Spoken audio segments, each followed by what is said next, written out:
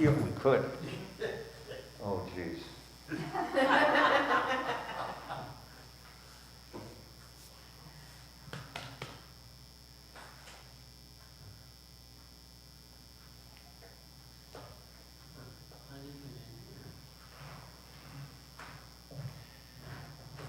Well, this is my sequel to A Christmas Observatory that I wrote back in the 80s.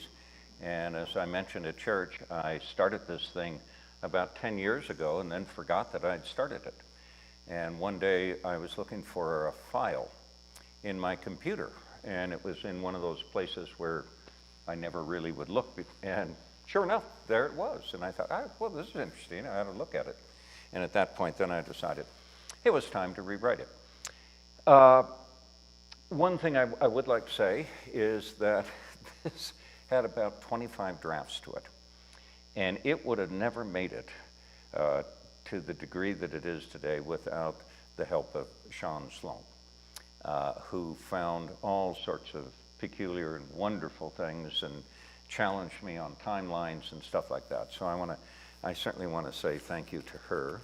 The other thing I want to mention is that Mr. Maxwell, this obviously is in thanksgiving for the friendship that I've had with Bill Maxwell, who was my boss and still is my mentor. And it's also in memory of a very dear friend of mine, Frank Guston.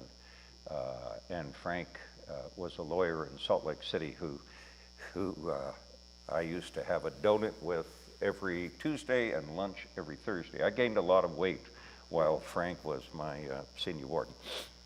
At the end of it all, or at intermission, which will be in just a little while, if you want a copy of it, there is a copy. And I get them produced at Instaprints for a grand total of $7 each. So if you'd like one, you're more than welcome to have it. This story takes place within a 10-mile radius of Lindbergh Lake, which is nestled up against the Mission Mountains, the range that forms the western border in the Swan Valley in northwest Montana. It is a very real place that has permeated my entire being for nearly my whole life. My family began to visit this place when I was 3 or 4, and today we have a cabin that is in its 6th decade of delighting now its 4th generation of the extended Wirth family. The lodge that you're going to hear about in the story looks exactly like my memories picture of the same Diamond L Bar Ranch, which served as a gathering place for those willing to pay around $4 a night back in the 50s and 60s to rent a cabin in its proximity. The whole complex of the place, which included not only the lodge, but cabins, a barn, a corral of horses, and boat docks and beaches, sat on the north shore of Lindbergh Lake. Our family would spend many, many evenings in the lodge's great room listening to stories told by those who worked there, some of whom would take us on horseback. And in my looking at the history of the lodge of the Diamond L Bar, it would have been built right around the same time as the lodge in this short story. So today the cabins in which we stayed in the main lodge are still standing, but they are now privately owned homes. The place where the lodge does stand in this short story is somewhere on the mountainside upon which my brothers and I would pick huckleberries with our family. And finally, there are all sorts of characters in this story, and while who they are purported to be fictionalized, the names are very real. And they represent people who, over the last 40 years of my being an Episcopal preach, have marched directly into my heart and have taken up permanent residence. So I hope for the next 50 minutes or so that you enjoy Mr. Maxwell's Observatory. In 1918, Mr. Ferguson Maxwell decided to go to college. He was a very bright guy who wanted to study astronomy. And so that was the major he would declare. And at the same time, because there were not a lot of jobs in that field, he'd also take classes on surveying. It had only been a little less than 170 years since the father of our country, George Washington, had immersed himself in the same, and he did all right. So Mr. Maxwell graduated from the University of Montana in Missoula with stellar grades and expertise in both his avocation and vocation. Well, shortly after, a wonderful opportunity came his way. Because of the land grants given the railroads that built their routes through northern Montana, there was lots of activity with sales of massive amounts of property. Timber and mining companies, along with a few private parties, struck deals with railroads, and bit by bit, much of the land changed hands. And as a result, there was the need for surveying, and Mr. Maxwell fit the bill. It just so happened that he wound up working on a multi-section piece of property in the Mission Mountains, the range which serves as this western border of the nearly 100-mile-long Swan Valley. And thanks to conflicting claims as to the real boundaries delineating who owned what, he had lots of work to do. As soon as the snow melted, Mr. Maxwell, who sadly was a widower, headed to the hills along with his young son, Ferguson Jr., and he stayed there until fall arrived.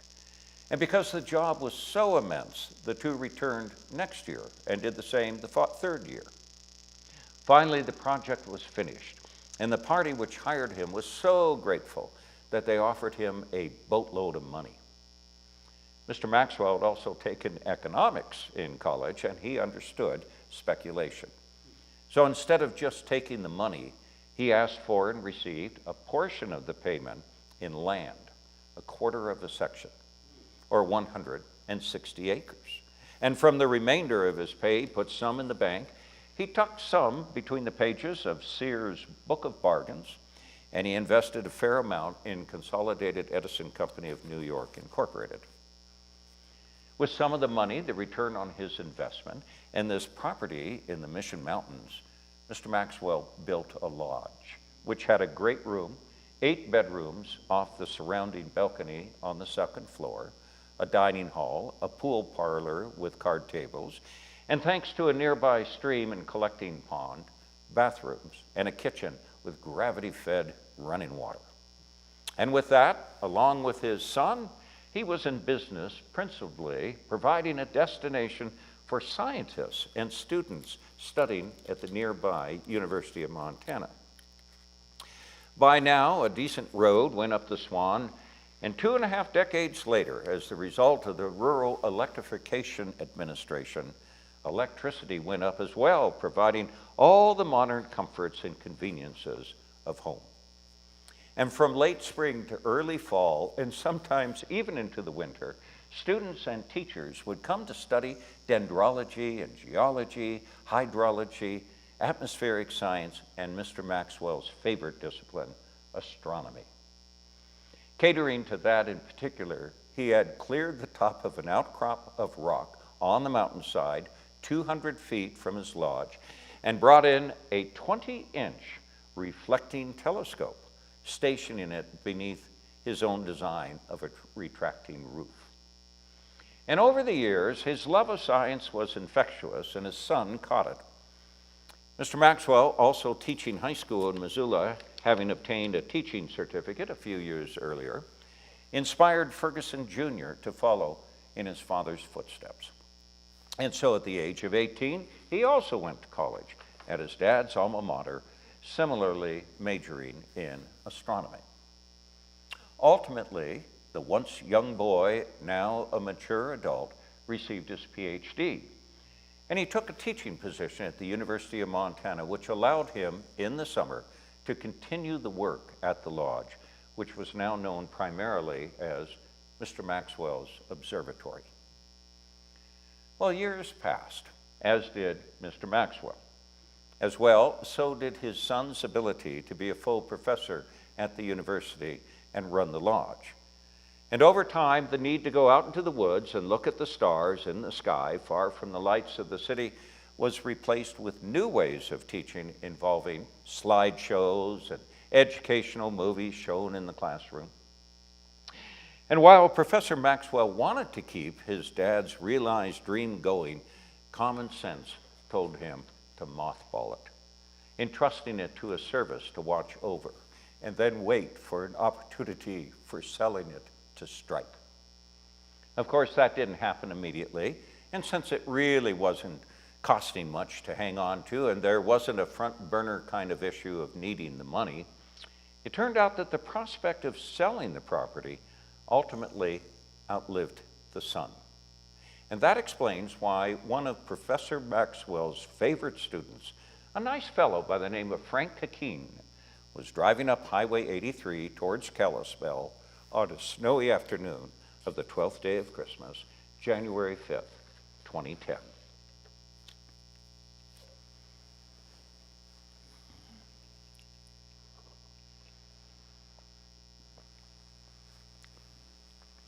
Many years before, Frank happened to be a student at the University of Montana Law School, when, as a diversion from torts and contracts and procedure, he took Mr. Maxwell's class, Astronomy for Non-Scientists.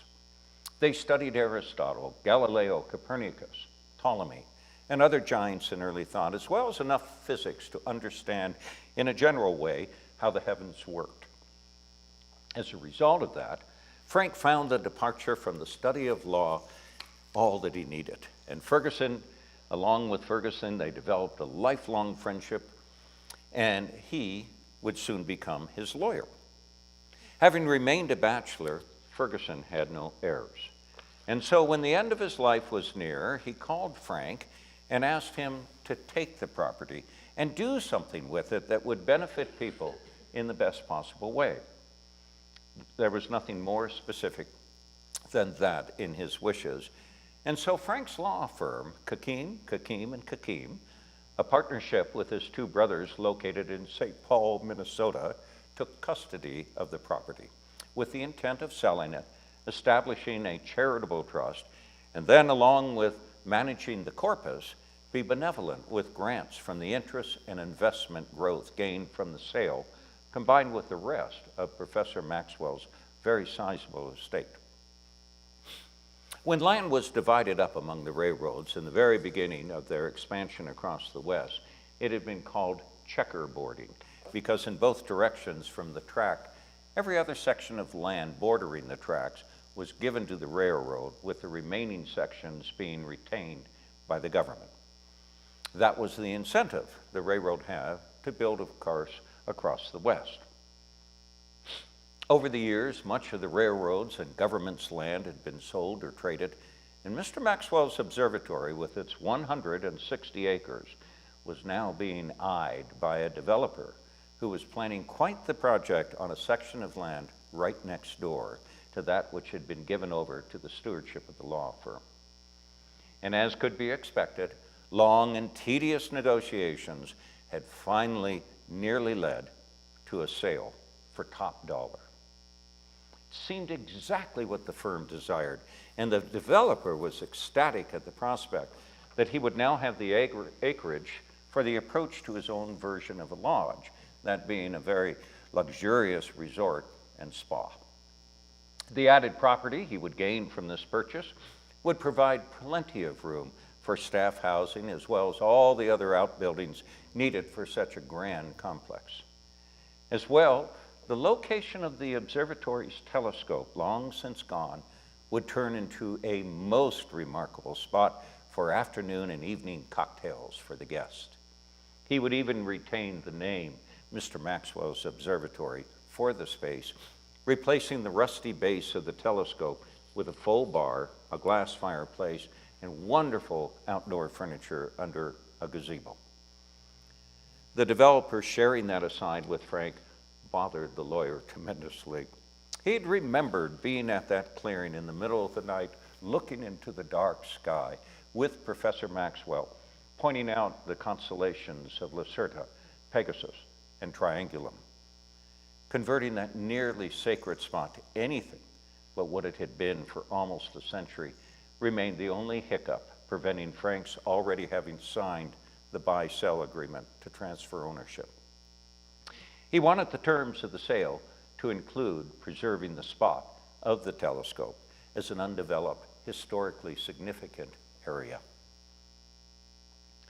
Undoubtedly, however, in the final moment, with pen in hand, Frank would cave on his request. As Voltaire had said in so many words, don't ever let the perfect be the enemy of the good. Frank remembered from years past that driving up the Swan at night can be fairly lonely. As he headed towards this meeting to be held early the next day with the developer in Kalispell, he was delighted that his rental sports utility vehicle, or SUV, had all the newest bells and whistles that any vehicle could possibly have.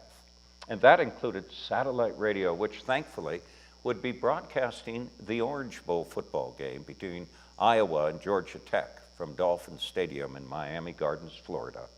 At least that would keep him awake for the long trip. The flight in the corporate jet from Minneapolis, St. Paul to Missoula's Johnson Bell Field was long, and he was tired.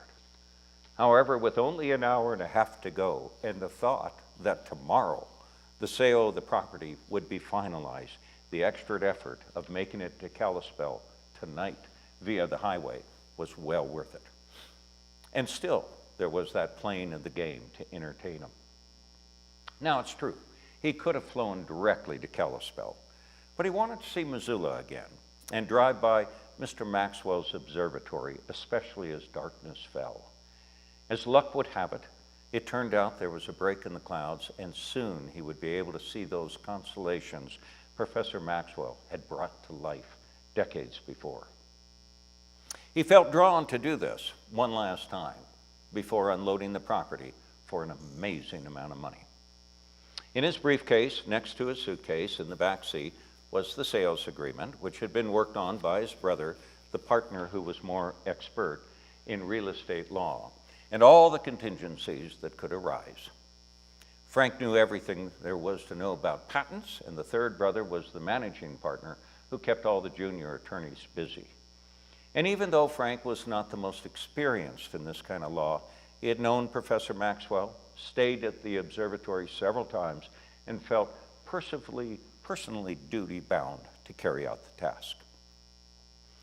Frank also took pride in the fact that he was a partner in a good firm that cared about people. And even though it was big enough to have a private plane, it was still small enough to where the three senior partners knew all the subordinate lawyers by name, were aware of their families, and honored the need for all the employees to have predictable days off, especially during the holidays. So, all was well in the world, and God was in God's heaven, and Frank thought of how 24 hours from now he would be heading back home with the promise of a very large check in his pocket, ready to do the good words for the world per Professor Ferguson Maxwell's implied wishes. And that was when, as he was rounding a tight corner, just 400 feet past mile marker 31, that the headlight of Frank's rental SUV came eye to eye with a rare gray wolf sitting in the middle of the northbound lane of the Swan Valley Highway.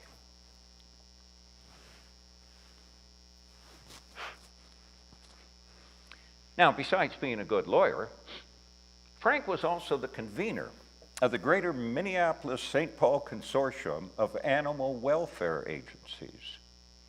Their whole purpose was to host an annual dinner and auction at the grandest hotels in the city, which raised a mind-boggling amount of money for the various shelters, spay and neuter clinics, and advocacy groups whose concern was endangered or threatened species.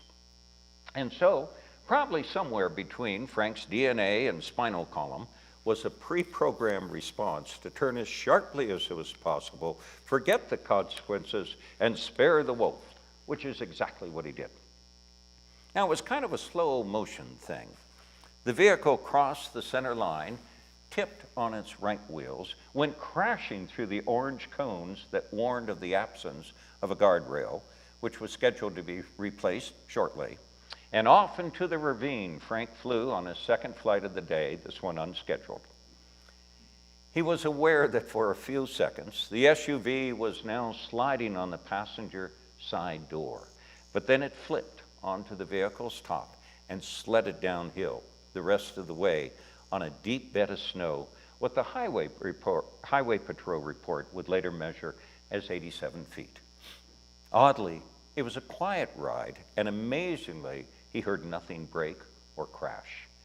When the sliding was done, Frank was upside down inside the SUV with the headlights pointing slightly up and snow encrusting the windshield. As he regained his composure, the first thing he thought of was he didn't hear the cry of the wolf. Score one victory. Secondly, he was alive and really not injured at all, save being uncomfortably suspended in the air by the seatbelt. Third, what a great thing it was that he always packed an emergency kit containing a candle, matches, a space blanket, and lots of Hershey chocolate bars. Living in Minnesota, he religiously traveled with such a kit, and for this drive, he had packed the very same in his suitcase, wherever his suitcase was. And he had a cell phone, and the SUV had an emergency satellite button on the rear view mirror. So he pushed the button, which would activate the signal, sending it out to the antenna to the satellite that would bring immediate help. And that would have worked had the antenna was not 60-some feet up the hill in the snow, having snagged a fallen limb of a tree in just the right way, carrying it off the roof. Well, after the task of freeing himself from the seatbelt, with the ambient light from the headlights reflecting off of the snow and filtering in through the side windows, Frank found his phone and noticed that it had absolutely no bars indicating reception. So far from panicking, he found his suitcase, got out his candy bars, wrapped himself in the foil blanket, and sat inside of the upside-down SUV on the ceiling of his car and began eating chocolate, as much for comfort as for calories and energy, waiting for someone to find him. Because the vehicle was turned onto its top and thus the gas tank could be leaking, he thought the candles and matches were probably not a good idea. It wasn't horribly cold anyway, and soon someone would see the lights shining in the trees, put two and two together, and rescue him.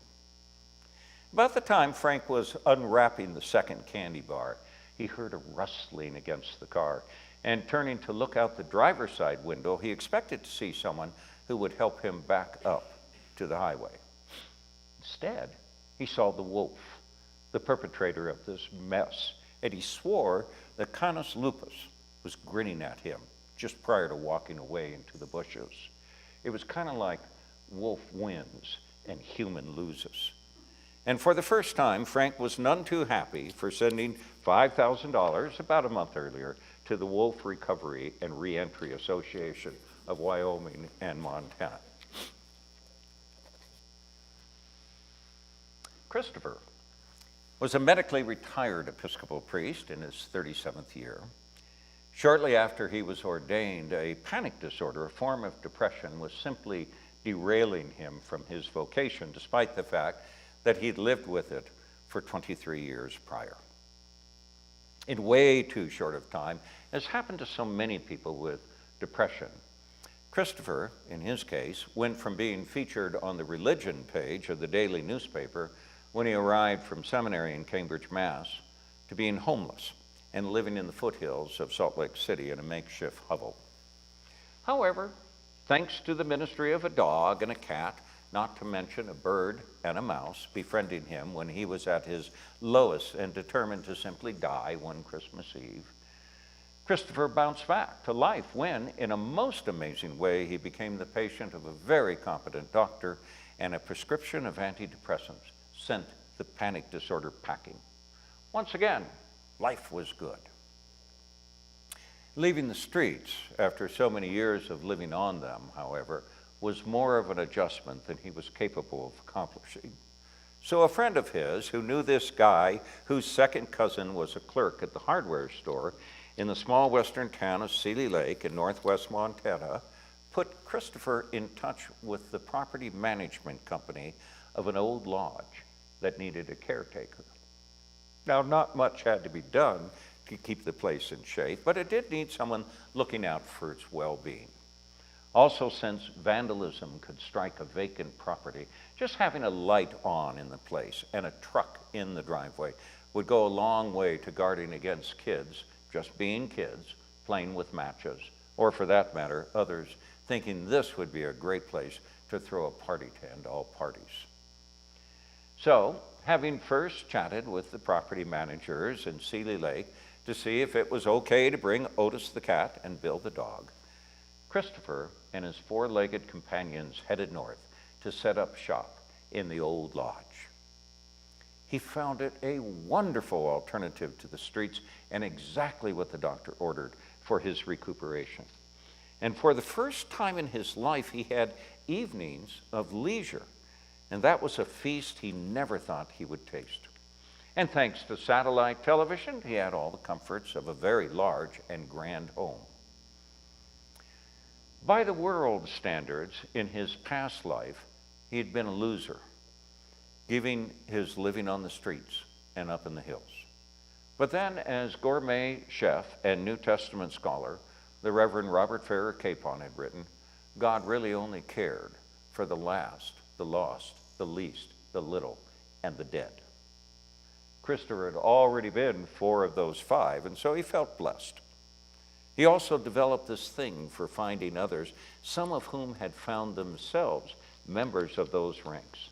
And in time, 6 other pilgrims joined him at Mr. Maxwell's observatory. They all contributed to the effort of living exuberantly, drenched in the blessings of God, each in their own way. They were a community that cherished the company of each other, and every evening at cocktail hour, which consisted primarily of Mountain Dew, orange juice, and for Christopher and another who imbibed, a low-budget blended scotch, they recounted just how wonderful that day had been for all of them, including Otis the cat and Bill the dog. They simply lived in an intentional state of thanksgiving. And it just so happened that Christopher decided in the late afternoon of this 12th night of Christmas to go to Seeley Lake, 17 miles south on the highway that intersected the county road, which fed to the private lane serving Mr. Maxwell's observatory, to get a few provisions and check the mail. He was 3 miles into his drive on the highway when he saw the soft illumination of the trees on the right side of the road. Knowing that there was nothing down in the ravine that had lights of its own, Christopher pulled off the shoulder of the highway just south of the Beaver Creek turnoff and put on his emergency flashers. He then descended to the upside-down SUV, which contained a fairly chilled lawyer. Reaching the vehicle, he shined in a flashlight, which he carried with him, and behold, Mr. Frank Hakim smiled back at him. Opening the door against the snow was problematic. Thankfully, with Frank turning the ignition key to accessory, he could lower the window, and one thing led to another, and not only was Frank freed, so were his briefcase and the suitcase as well. Hi, I'm Christopher. Frank, thanks for saving me. And together they shuffled up the incline and both got into the truck to go at least somewhere to try and salvage the rest of the evening. Continuing on Highway 83 towards Seeley Lake, they saw in the distance emergency flashing lights, and upon reaching them, they stopped for the Missoula County Deputy Sheriff, who Christopher just happened to know because he lived but a couple of miles north of the lodge as the crow flies up the Swan on Cold Creek Road. The officer explained that there had been a huge avalanche 500 feet ahead, and as a result, there was no way anyone was heading further south that night. Amazingly, the slide took place at a spot Frank had just passed minutes before it happened. Thankfully, nobody was trapped in it, but it was large, and there would be no clearing of the snow until tomorrow morning. Seeing the deputy was fortuitous, however, because it allowed Frank to report his skidding off the road. After some exchange of papers regarding his rental car upside down in the ravine, Christopher and his passage turned around. Frank mentioned to Christopher that he was a lawyer, needing to get to a meeting, so going 70 miles north to Kalispell was an option, right? He'd certainly pay Christopher for his trouble. Now, normally that would not have been a problem, but as Christopher explained, having heard a report earlier in the day on the radio, another slide, this one with large rocks, blocked the route to Kalispell, the area, the flat land above the lake, as the Salish Indians called it. "But not to worry," said Christopher. "We've a lodge and an extra bedroom." And that is how Frank, much to what would become his surprise, began the return trip to Mr. Maxwell's observatory that evening, so many years after he took a class in astronomy when he needed an intellectual break from law school. We're a little over halfway done, so let's head down and grab some wassail and a cookie. Make certain you eat all the cookies. Art and I don't want those in our house, right? In my house. So let's head on down, and then we'll come back in just a few minutes. And at that point, we'll see what happens to all these people.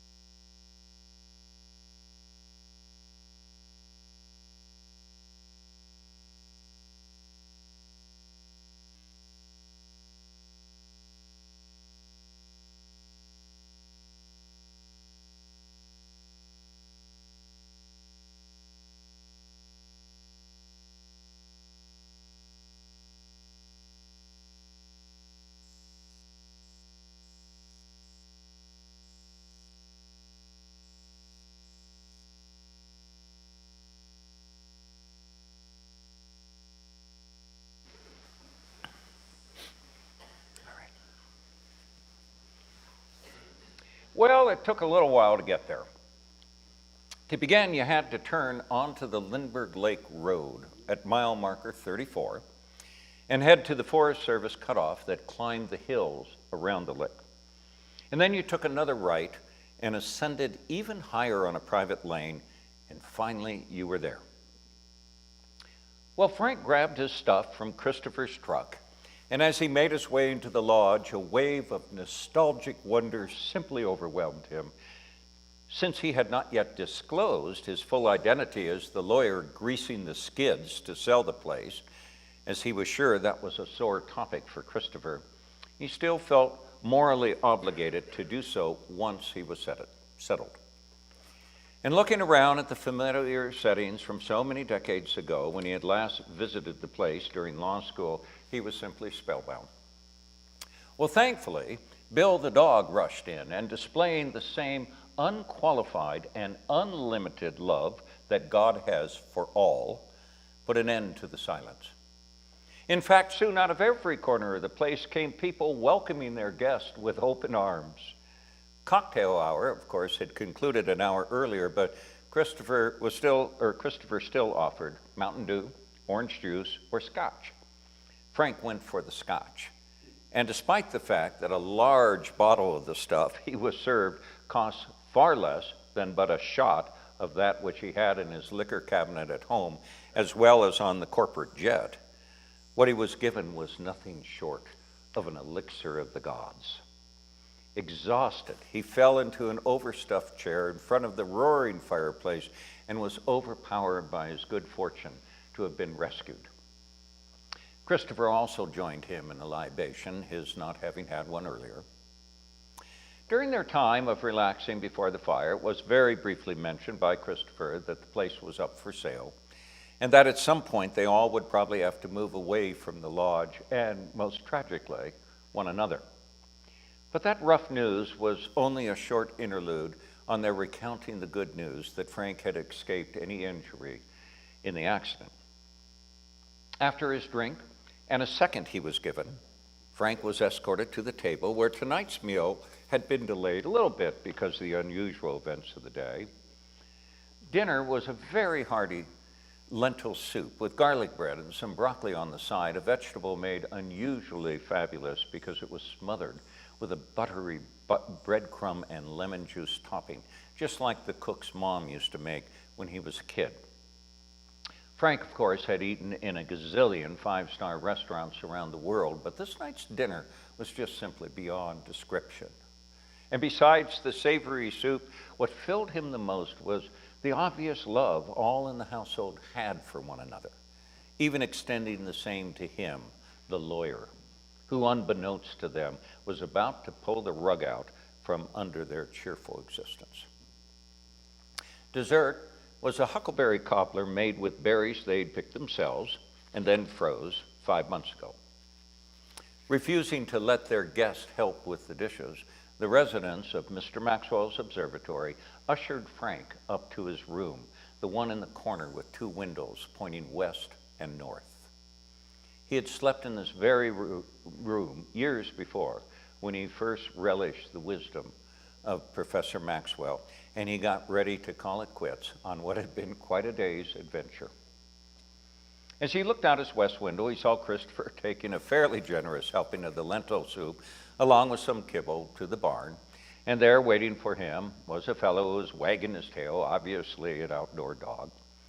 The pooch welcomed the warm supper, allowed for a pat on the head, and then, as Christopher retired back to the lodge, the dog, a rather large German Shepherd kind of guy, but that wasn't quite it, took to his meal, and having finished it, licked his chops, went on his evening constitutional, and then came back to the barn. He circled his fluffed up straw 3 times, as he always did, and then settled into sleep for the long, dark night. And Frank did the same. Again, after all these years, smelling the scent of the Pendleton wool blankets under his chin, and hearing in his mind's eye the lectures from college that charmed him about the stars above. He smiled, believing that with the angels and archangels and all the company of heaven, there was Mr. Maxwell, who he never met, sitting beside his son, the professor, who, not unlike in class so long ago, was still teaching, using his opening line for every initial gathering of students he instructed. So, 13.8 billion years ago, there was a big bang. And shortly after that, in astronomical time, at the first brawl of the Wild football game, which just happened to take place the year my dad was born, Montana beat Montana State 18-6, but I get ahead of myself. And Frank fell asleep, awash in the comfort of a very special lodge, a home, a place that years ago had wonderfully nourished his soul.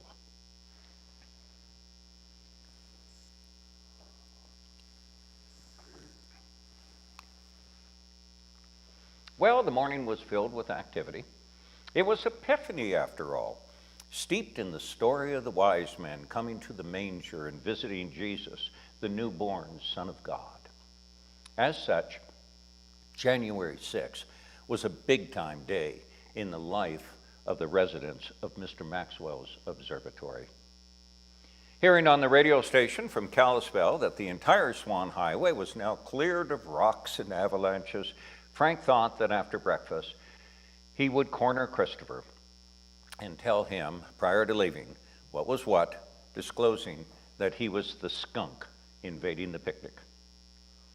Well, breakfast was remarkably festive and included a galette d'oie, a puff pastry with almond paste that had, as the Epiphany tradition prescribes, a single hidden dried bean within it. Raymond, one of the residents, discovered it in his portion, and as a result was proclaimed king for a day, reminiscent of the three kings who visited Jesus in the popular carol. With the overflowing joy abounding, Frank lost the courage to share the grim news that their home was being sold to another who, in but a few weeks and after closing, would enfold it into his resort's plans. After Greek omelets and lots of strong coffee, Christopher announced that he'd be celebrating the Holy Eucharist, or Holy Communion, at noon in the great room of the lodge. To that end, they needed the cook to make some unleavened bread. As well, while the lodge didn't have a large selection of wine, there was sherry in the cabinet, and that would do wonderfully. And so, for one of the 7 great feast days of the Christian year, Christmas, Ascension Day, the day of Pentecost, Trinity Sunday, All Saints' Day, and Easter being the others, they prepared for a very festive service. Earlier, thanks to the good people of the Blackfoot Telephone Cooperative, Frank was able to call his 2 brothers and tell them what was going on, and that it would be nice if a driver could come and pick him up and return him to Missoula so he could get the plane and take it to Kalispell and bring the deal to fruition. He left the kitchen where the wall phone was and ventured into the great room and noticed part of the community's routine that led them through the daily care of Mr. Maxwell's observatory. Sue, a woman he had met last night at dinner, was polishing the spindles of the railing coming down from the 2nd floor to the 1st. Those spindles and nearly all of the furniture, not unlike the lodge itself, had been made out of trees cut on the property so many years before. And every morning she took care to wipe them all down, sometimes polishing them with lemon oil. No wonder it looked and smelled extraordinary. Sue had initially found her way to Mr. Maxwell's observatory because, as a grad student, she had edited a book of tributes to Professor Maxwell when he retired. Of course, the celebration marking the end of his career was at the lodge.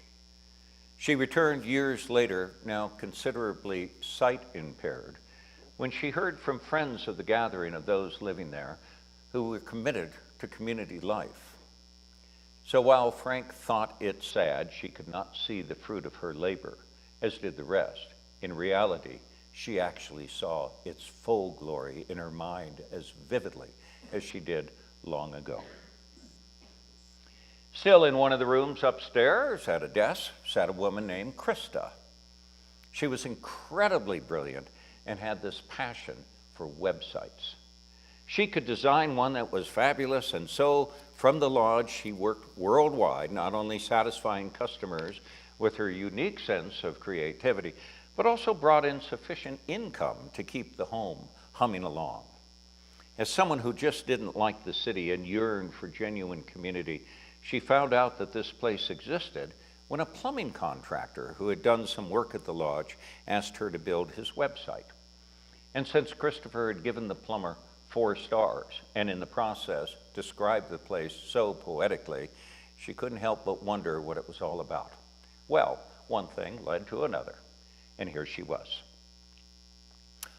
Her room abutted that of Stuart's. His gift was being skilled in carpentry. Not only could he fix anything within the lodge, he had a lovely sense of creativity. Out of the shavings of his plane, for example, he could create ornaments that would sell in the shops of Seeley Lake prior to Christmas. Stuart had a past that was also a bit checkered, not unlike the early land distribution in the Swan Valley. Lots of clergy and public defenders had been on the receiving side of his, "Hey, I'm in a world of hurt," during his earlier days. And it was one of those Missoula County public defenders who steered Stuart to Mr. Maxwell's Observatory when he heard through the grapevine of law school alums that the place Professor Maxwell so loved had been given over to a classmate, one Frank Coquine, for its conservancy. So Stuart showed up in his car, the Beast, and simply said with hat in hand, "Hey, I'm in a world of hurt." And Stuart and the Beast never left. Raymond, the aforementioned Epiphany King for a day, lived next to Stuart. He was certainly the most colorful of all, with an invention of history that made it even more remarkable than it ever could have been. He promised that one day a Western Airlines Boeing 737 with his Cadillac convertible on board, containing $500 in the glove box, would arrive from Wilkes-Barre, Pennsylvania, and all would be well. Raymond also proclaimed himself the sexton of the place. No one quite remembers how he found the lodge. One day, Christopher arrived back from his drive to Missoula, and there was Raymond outside, sweeping the walkway to the front entrance to wrap around the porch. That wrapped around the porch. When Jesus said that we don't know where the wind comes from or where it is going, Christopher basically thought of Raymond. He was an interesting fellow, simply born of the Spirit. Gary, the 6th of the 7 occupants of the 2nd floor, was a gentle bear of a guy who would enter each day with the express purpose of doing something nice for everyone. He had a blue jumpsuit, having a closet full of them, and because he had worked in a French restaurant owned by his parents in Mexico City where he grew up, he was the resident chef at Mr. Maxwell's Observatory, although in one way or another, the rest of the extended family always pitched in to help. His claim to fame was serving a veggie taco smothered in, of all things, a creamy hollandaise sauce. And some thought the taco was surpassed by his Mexican grilled street corn drizzled with soubise. It was a tough choice to decide which of the many dishes he crafted was the best. He had been the sous chef at the golf course restaurant in Seeley Lake when he found out about Mr. Maxwell's Observatory, and the move was for him goodbye stress, hello tranquility. And then there was Ben, who they called Doc. And they did that because he had, believe it or not, graduated from Harvard Medical, the whole 9 yards. And one day he just got tired of the traffic in Chicago, where his clinic was located downtown, and figured that Social Security and Medicare were now his cup of tea. While gassing up in Seeley Lake on his first road trip west, he met Christopher on the other side of the fuel pump. And after some small talk about the weather and who was going where, they found themselves sharing a couple cups of coffee and some donuts in the gas station's dining area. Ben became immediately sold on the place. And as a result, Doc now offered Bill the dog, Otis the cat, and for that matter, any of the others informal advice he had let his license lapse on dealing with poison ivy, a wasp sting, how to cool a sore throat, or how to comfort those who had overindulged on Christopher's chili, the recipe of which had been handed down to him from his father.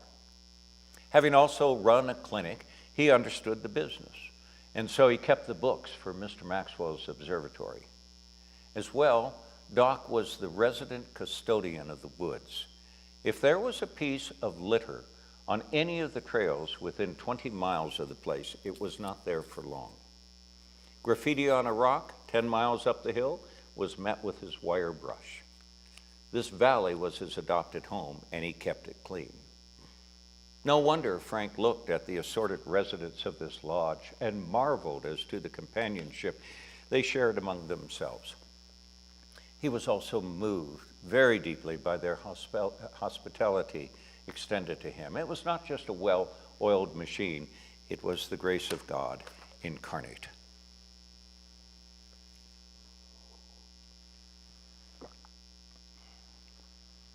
Well, all of them were assembled in the great room. Christopher joined them wearing his alb with a festive stole, ready to celebrate the Eucharist. At noon, the lodge was bathed in light streaming in through the south-facing windows and warmed by the fire and the lingering smell of a good breakfast. Man, it was filled with joy. It was Epiphany, the manifestation of Jesus to the world, and therefore an important day in the liturgical calendar. Frank had told Christopher, his having been invited to the service, that he was going to have to leave pretty soon.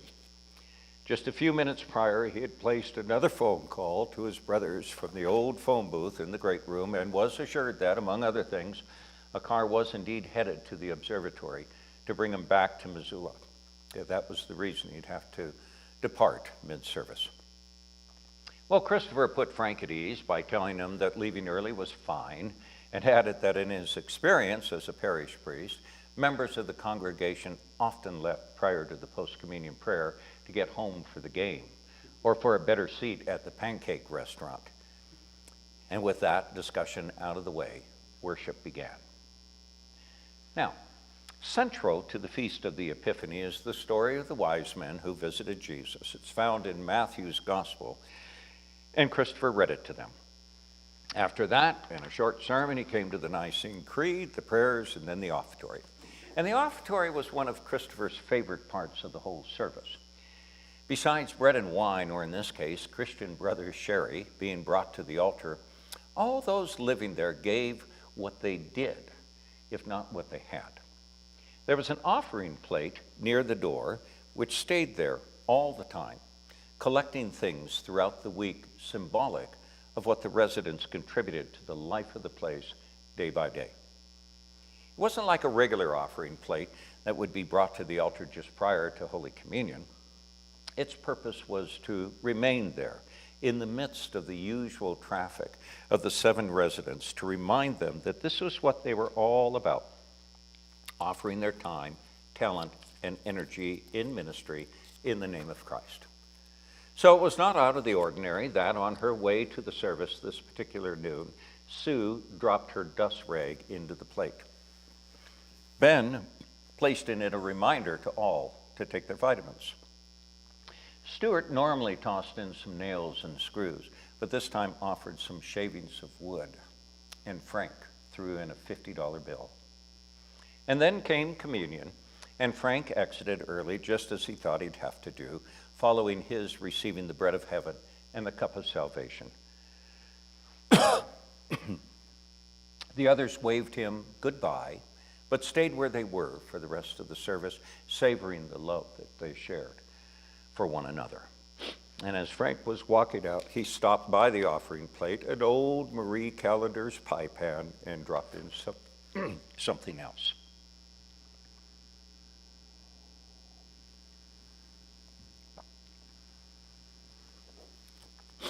Frank's trip back to Missoula was totally uneventful.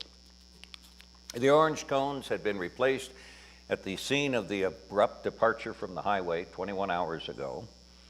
And given all the tire marks in the snow, it was obvious the SUV had been hauled the 87 feet back up the hill and carted away. For once, Frank was very grateful that he had checked the box for unlimited insurance on the rental agreement. As they headed toward and then through Seeley Lake, there was evidence of the avalanche from the night before, but it had been cleared from the road. Arriving at the private aviation section of the airport, Frank saw that the firm's plane was ready to go, and so he boarded, handing the pilot a special request concerning the route to Kalispell and his meeting with the buyer of Mr. Maxwell's observatory. Now, normally, a plane would fly nearly due north 93 miles with just a tip of the hat to the west to land at Glacier International Airport. But this afternoon, he wanted to fly over the place that was to be sold to the developer and see its setting from above on this clear but cold January day. And so off they went into takeoff. And at the proper altitude, they veered 80 degrees or so northeast, and then after a minute turned left and proceeded up the Swan Valley. Looking out his window on the port side of the plane and relaxing with a glass of his premier barrel 28-year-old single malt scotch, Frank began to smile. He did so because he thought that right around that very moment, following lunch and a few chores Christopher had mentioned that he needed to do, he would return for the setting for that noon's Holy Eucharist. Christopher might even wonder aloud to Bill the dog and Otis the cat what it must have been like for Mary and Joseph to have had these astrologers from the East show up with such extravagant gifts. This, of course, is one of the themes in Matthew's account of this marvelous visitation of these fellows to the Holy Family. Putting everything away to be used again the following Sunday, Christopher noticed the offering plate at the inside of the great room's French doors, and besides the usual gifts the folks of the household presented to their Lord, was an envelope, and its enclosed contents ripped in half. Since that was quite unusual, he took out the papers, placed the halves next to one another on the makeshift altar, and it was, of course, to the saints and angels who obviously could see something churning in the works of decency and goodness, a holy moment to behold. The unsigned buy-sell agreement, which would have begun the process to transfer the property to the developer in Kalispell, was no longer in the cards. Stunned and trembling, having now seen that the seller had been listed in the second line of this official agreement to purchase real estate as the trustees of Mr. Maxwell's observatory, he called the entire household together and shared with them the unfathomable news as to who this stranger in their midst had been. He also remembered and mentioned something fairly theological. Not unlike that event of 2,000 years ago in Bethlehem, here in the Mission Mountains of Montana, a lavish gift similarly had been given them. These 7 residents of Mr. Maxwell's observatory were the very same kind of folks that St. Paul, in his first letter to the Corinthians, identified as the body of Christ. Mark Twain is often believed to have opined, history doesn't repeat itself, but it often rhymes. An accompanying note, written in longhand and now stained with Christopher's tears, simply said, "Dear champions of the gospel and companions in Christ, stay here, stay together, for you are Jesus to the world. Continue to shine as a manifestation of Christ." The very meaning of the Feast of the Epiphany. And by the way, we'll be setting up a trust to keep you comfortably in business, that is to say, in ministry. Thanks for your hospitality. I'll be in touch. Best wishes, Frank Kakim. Kakim, attorneys at law, St. Paul, Minnesota. Well, bursting into shouts of joy with hugs all around, the company residing at Mr. Maxwell's observatory, which included some of the least of these in the world's eyes, realized yet again the obvious, that they had always been the beloved of God's, and so, by acclamation, in response to all these exuberant blessings, they elected to move cocktails an hour and 17 minutes earlier to that very moment, Mountain Standard Time. And the Mountain Dew, orange juice, and cheap scotch, Christopher and Doc's preference, began to flow with an abundance reflective of God's grace. Gary even tossed together some tapenade canopies. And up in the air, flying over the wonderful comedy of life taking place 15,000 feet below, Frank thought about two things. The first was that there would be a developer in Kalispell who would be hot as melted iron mad over this and maybe even possibly try to sue. But not unlike the phrase in criminal law that while you can indict a ham sandwich, that doesn't necessarily mean you get a conviction. Trying to sue didn't necessarily mean winning a judgment. After all, there was a point of strong disagreement in the deliberations over the spot of the ancient telescope becoming a bar, and equally as important, the contract had just never been signed by both parties. The second thought was that he had just blown for his firm, with his brother's permission and wholehearted support, an incredible management fee, caring for a trust that would have been astronomical in size. But then again, Professor Maxwell's lectures concerning the heavens never said anything about owning them. We were only called to enjoy them. Even so, that thought concerning their fee is what caused him to really think it ironic that in Aramaic, the first language Jesus would have come to hear from Mary and Joseph and then speak, Frank's last name, Kakim, is the very same from which we get wise men. Again, in the way that the world works, what a fool he had been. What a fool he had been for Christ. Isn't life wonderful? And he cheerfully sipped his drink, contemplating the second round in a short while, probably as they were flying over North Dakota towards St. Paul. And at that exact moment, per Frank's direction, handed to the pilot earlier and undoubtedly pleasing God in a most amazing way, the plane banked 90 degrees right. And to use some words from the second chapter of the Gospel according to Matthew concerning the story of those other wise men who had visited Jesus, Mr. Frank Kakim, Esquire, also went home another way. And Brother Wolf, sitting outside the lodge's barn, having just heard the jubilant cries from inside, looked up and saw the white vapor trail of the corporate jet having changed directions and thought, well, that worked out just the way I planned it. I think I'll take a nap before dinner. And he circled his mound of straw again 3 times in honor of the Blessed Trinity and fell asleep, confident in the love of the Lord. After all, why wouldn't he be?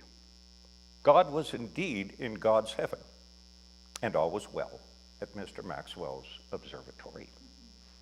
The end.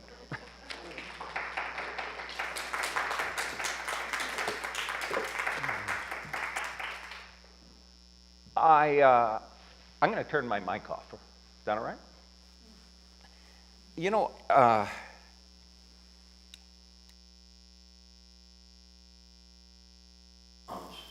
from experiences. And it occurred to me for the first time that I picked up the notion of the offering plate containing various elements in a person's life from Bill Baumgartner. Because you used to do that, have people bring things of their life to the altar, or at least place in a tray in the back of the church, didn't you? That's where I stole that from. I guess if I get royalties off this, I owe you something. Well, thanks. The interesting thing now is, what do you do for Lent with these guys?